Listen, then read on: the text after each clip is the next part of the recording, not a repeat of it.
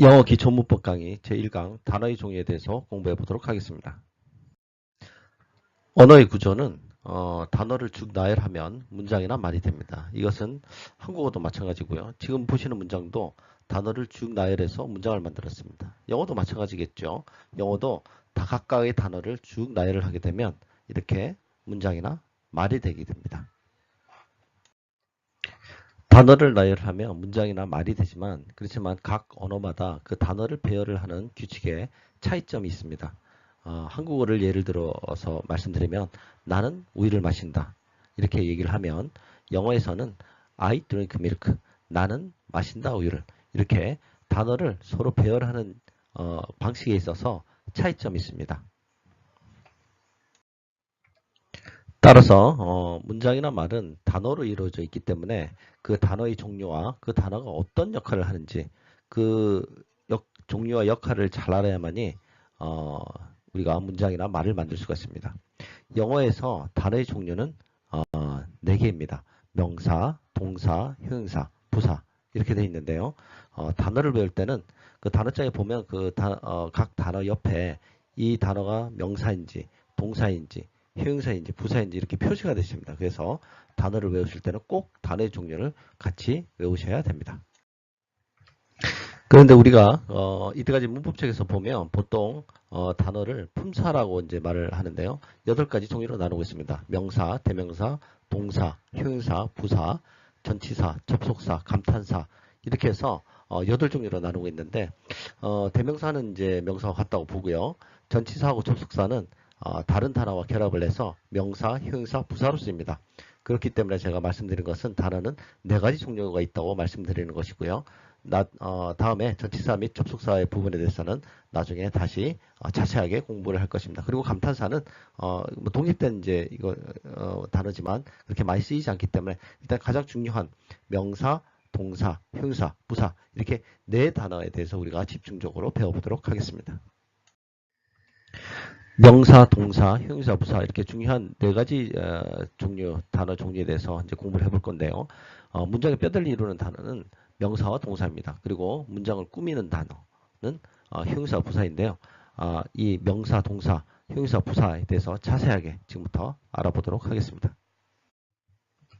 첫 번째 명사인데요. 명사는 말 그대로 이름 명자 말씀사입니다. 그러니까 이름을 나타내는 단어가 곧 명사인 것입니다. 명사가 문장 속에서 어떤 역할을 하는 것인지 이게 굉장히 중요한데요. 일단 주어의 역할을 합니다. 주어는 주체가 되는 말이고요. 그 다음에 목적어, 동사의 대상이 되는 말 이런 역할을 합니다. 그리고 보호, 문장에 보충하는 말 이런 3가지 역할을 명사가 하게 되는데요. 이건 앞으로 문장의 종류 연습에서 자세하게 다룰 예정입니다. 그리고 우리가 용어 혼동에 좀 주의를 좀 해야 되는데요. 단어 이름은 명사, 동사, 형용사, 부사이고 자일 이름, 즉 역할 이름은 주어, 목적어, 보어입니다. 이 2가지 용어에 대해서 우리가 명확하게 알고 혼동을 해서는 안 되겠습니다. 다음은 동사인데요. 동사는 움직일 동자, 말씀사, 즉 움직임을 나타내는 단어가 바로 동사입니다. 문장에서 다른 단어와 마찬가지로 동사의 하는 역할이 굉장히 중요한데요. 동사가 문장 속에서 하는 역할들은 주어의 움직임을 나타내기 말이 단어이기 때문에 당연히 주어의 움직임을 나타내는 역할을 하고요. 그 다음에 문장 형식을 결정하게 됩니다. 5형식, 문장 형식에는 5가지 형식이 있는데 그 문장 형식을 동사가 결정을 하게 되고요. 그 다음에 주어의 태도, 수동태, 능동태 이런 주어의 태도도 동사가 결정을 합니다. 그 다음에 시제는 시간을 나타내는 말인데요. 이것도 동사가 그런 역할을 하게 됩니다. 그리고 의문문, 물어보는 말을 만들 때 또 동사가 역할을 하고요. 그 다음에 부정문, 부정하는 말을 만들 때도 동사가 그러한 역할을 합니다.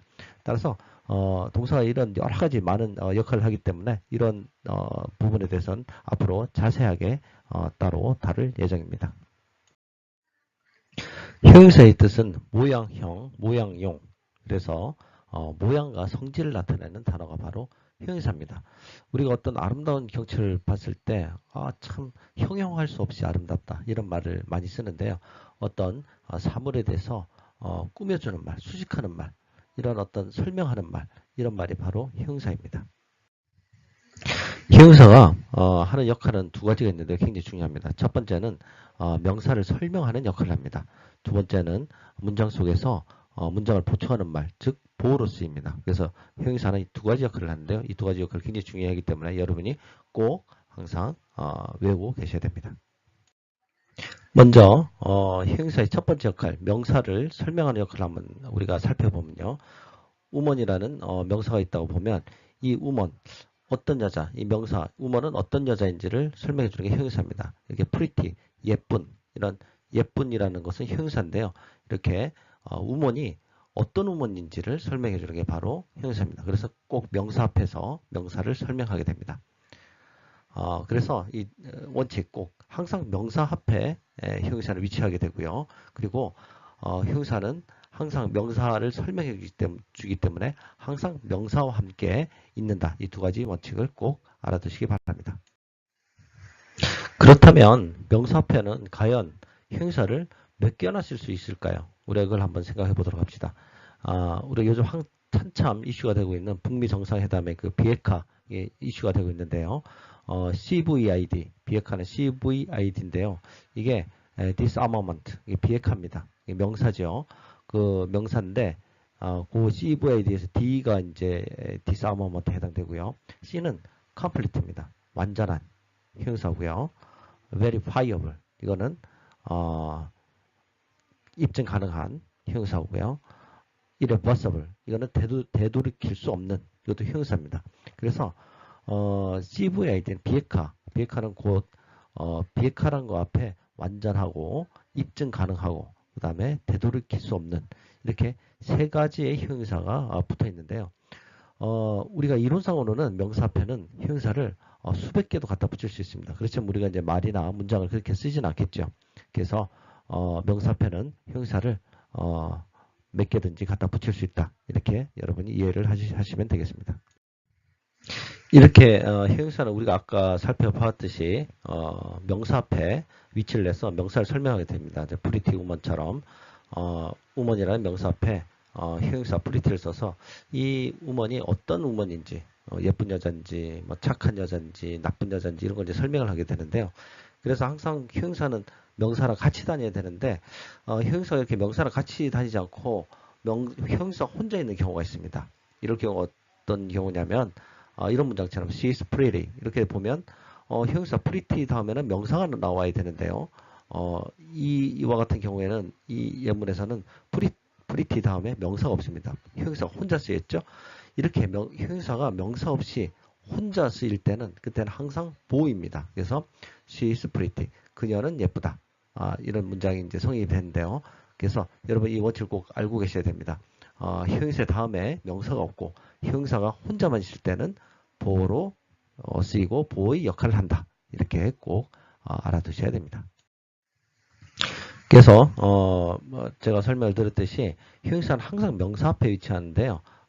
이것도 예외가 있습니다. 단 예외사항이 뭐냐면 thing으로 끝나는 명사를 설명할 때는 형용사는 항상 명사 뒤에 위치하게 되어 있습니다. 아까 pretty woman처럼 형용사가 꼭 명사 앞에 위치를 해야 되지만 이렇게 thing으로 끝나는 명사 something 이렇게 thing으로 끝나는 명사는 special something 이렇게 쓰지 않고 something special 이렇게 형용사를 명사 뒤에 위치하게 됩니다. 그래서 이 부분도 여러분이 꼭 알고 계셔야 됩니다. 다음은 부사인데요. 부사는 도울부, 말씀사. 그래서 형용사와 마찬가지로 수식하는 말, 꾸며주는 말로, 설명하는 말로 이제 사용하게 됩니다. 그래서 다른 말의 뜻을 분명하게 나타내는 말, 이렇게 이제 부사가 정의되어 있는데요. 부사가 하는 일은 다음과 같습니다. 시간과 장소, 이유, 방법 이런 말들을 나타내는 말들은 다 부사가 하는 일들입니다. 그러니까 예를 들어서 시간, 몇 시에, 그다음에 장소, 어디에서, 이유, 뭐 때문에, 방법, 어떤 방법으로 이런 말을 하는 게 다 부사라고 생각하시면 되고요.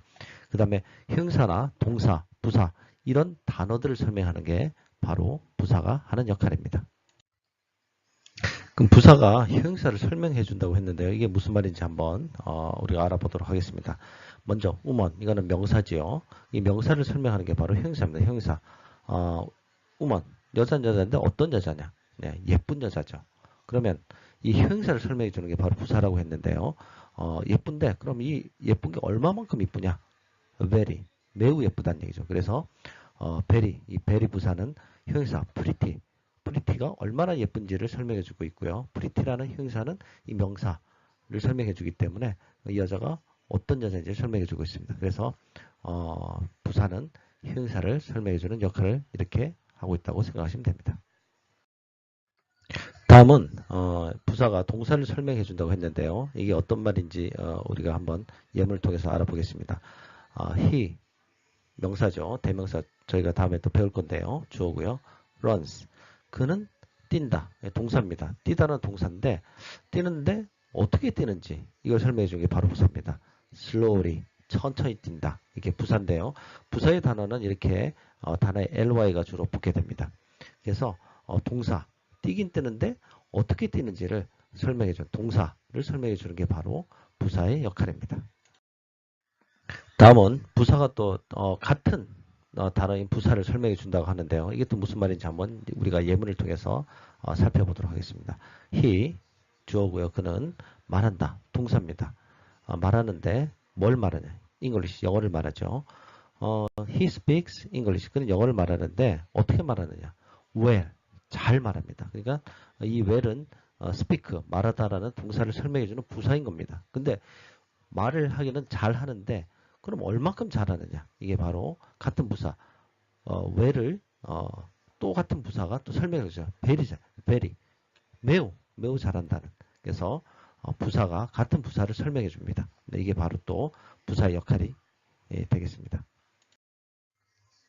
네, 이렇게 중요한 단어인 명사, 동사, 형용사, 부사 이렇게 뜻과 역할에 대해서 알아봤는데요. 여러분이 이 네 가지 중요한 단어에 대해서 꼭 잘 숙지하고 공부를 해주셨으면 합니다. 감사합니다.